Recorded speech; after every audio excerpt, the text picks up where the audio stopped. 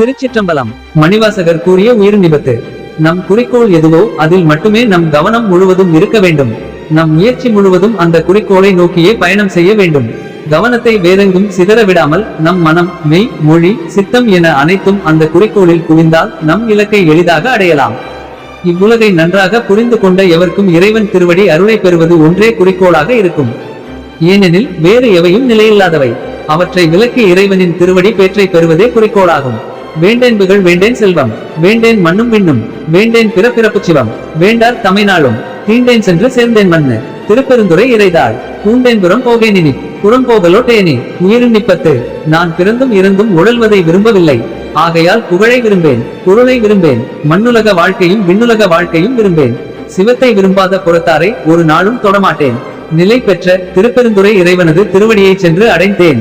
அதனையே அணிந்து கொண்டேன். இனிமேல் அதனை விட்டு நீங்கேன். என்னை விட்டு அது நீங்குவதற்கும் இசையமாட்டேன். நமசிவாய.